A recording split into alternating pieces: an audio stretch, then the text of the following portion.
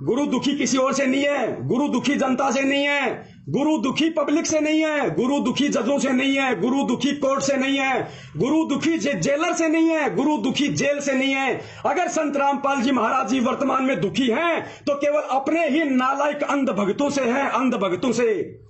अरे सतनाम लेने के लिए 4-4 तारीख तुम हिसार में करते हो। पहली बात तो ये नाम देने के अधिकारी नहीं। इन गधों ने संत रामपाल जी महाराज जी के आड़ में जगह जगह दुकानें खोल दी, फर्जी नामदान केंद्र खोल दिए। इनको अधिकार है क्या?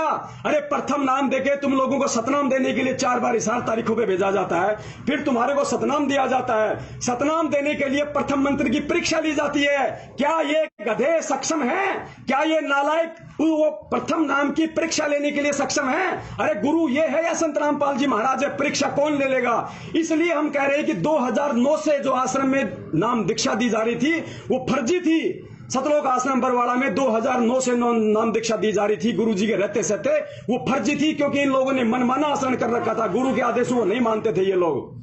अब बहुत सारे भगत कुत्ते की तरह भौंकने लगेंगे कि वहां तो गुरु जी खुद थे आश्रम में।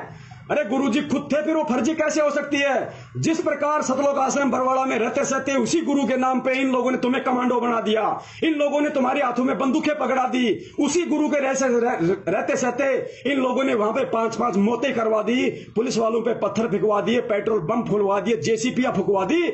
उसी तरीके से इन लोगों ने उसी गुरु के आश्रम में रहते सहते ये फर्जी नामदान दीक्षा केंद्र चालू कर दिया था इन लोगों ने।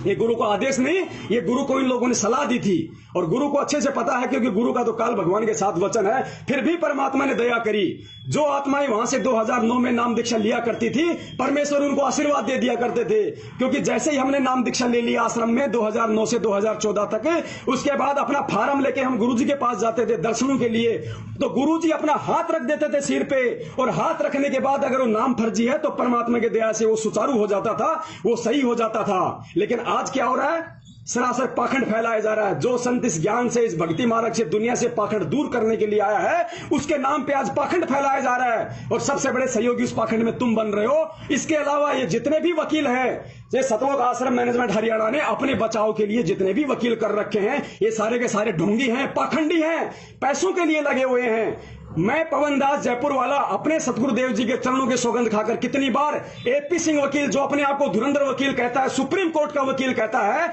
जिसके आगे अच्छे अच्छे डांस करते हैं, ये दास उसको डांस करवा सकता है।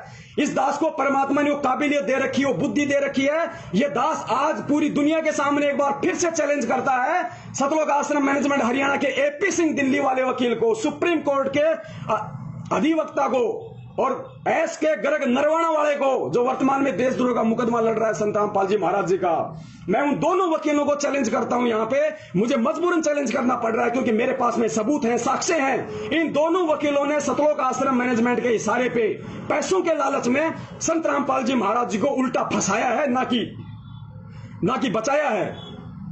अगर ये वकील पाक साफ हैं, अगर ये वकील संत रामपाल जी महाराज जी को जेल से बाहर देखना चाहते हैं, तो मैं इन वकीलों को चैलेंज करता हूं, आप साधना टीवी चैनल पे या किसी भी ऐसे टीवी चैनल पे जिसको पूरी देश दुनिया देखती हो, उस टीवी चैनल पे आप 1 घंटे का, 2 घंटे का, 5 घंटे का आप एक लाइव प्रोग्राम रखो। ये दास वहां आएगा, ये पवन दास जयपुर वाला लाइव बात करेगा, लाइव डिबेट करेगा। अगर तुम लोगों की वकालत ना छुड़वा दी, तुम लोगों के लाइसेंस फेल ना करवा दिए, जिस तरीके से तुम लोगों ने सतलोक आश्रम मैनेजमेंट के गुलाम बनकर, उनके पैसों के गुलाम बनकर तुम लोगों ने जिस कदर प्रशासन को मूर्ख बनाया है, हरियाणा सरकार को मूर्ख बनाया, जजों को, कोर्ट को मजाक बनाया तुम लोगों ने, उल्टे सबूत पेश कर करके, उल्टी दलीलें दे देकर तुम लोगों ने वो सबूत नहीं रखे जिन सबूत संत रामपाल जी महाराज जी बोल रहे हैं। अरे संत रामपाल जी महाराज जी पूरी दुनिया के सामने जब बरवाला कांड के समय गए पुलिस के साथ, तो मीडिया के सामने उन्होंने कहा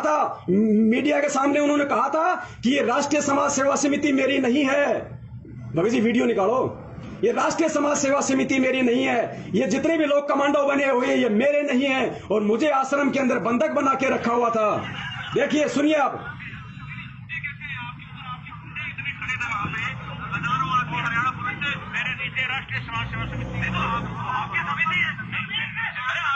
देखा, गुरुजी कह रहे हैं कि समिति मेरी नहीं है, समिति कौन? सतलोक आश्रम मैनेजमेंट हरियाणा, वही गुंडों ने एक समिति बना रखी थी, नाम दे रखा था राष्ट्रीय समाज सेवा समिति। गुंडे सबके सब वो संत रामपाल जी महाराज जी का भाई, उनके बेटा, उनका जवाई, उनके रिश्तेदार, ये स्टेट कोऑर्डिनेटर, यही सारे गुंडे उस राष्ट्रीय समाज सेवा समिति के अंदर थे। और गुरुजी ने उन गुंडों के खिलाफ बयान दिया है अपने वीडियो में पूरी दुनिया को। ये जितने भी वकील हैं, एपी सिंह, एसके गर्ग, नरवाणा, ये उन गुंडों को कोर्ट में खड़ा क्यों नहीं करते? उन गुंडों के खिलाफ कोर्ट में खड़े क्यों नहीं होते?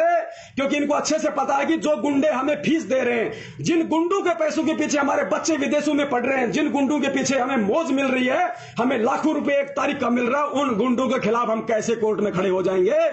पुण्यात्माओं, ये सबके सब षड्यंत्रकारी हैं, काल के दूत हैं। इनको संत और भक्ति, भगवान, ज्ञान से कोई मतलब नहीं है। आप लोगों के कंधे पर बंदूक रखकर गुरु को बदनाम किया जा रहा है। कहीं लेट ना हो जाए, ध्यान रखना पुण्यात्माओं। पानी अगर सर से ऊपर निकल गया, गुरु का कोई कुछ नहीं बिगाड़ पाएगा। गधे कुत्ते हम बने फिरेंगे, यहाँ पे गधे कुत्ते हम बने फिरेंगे।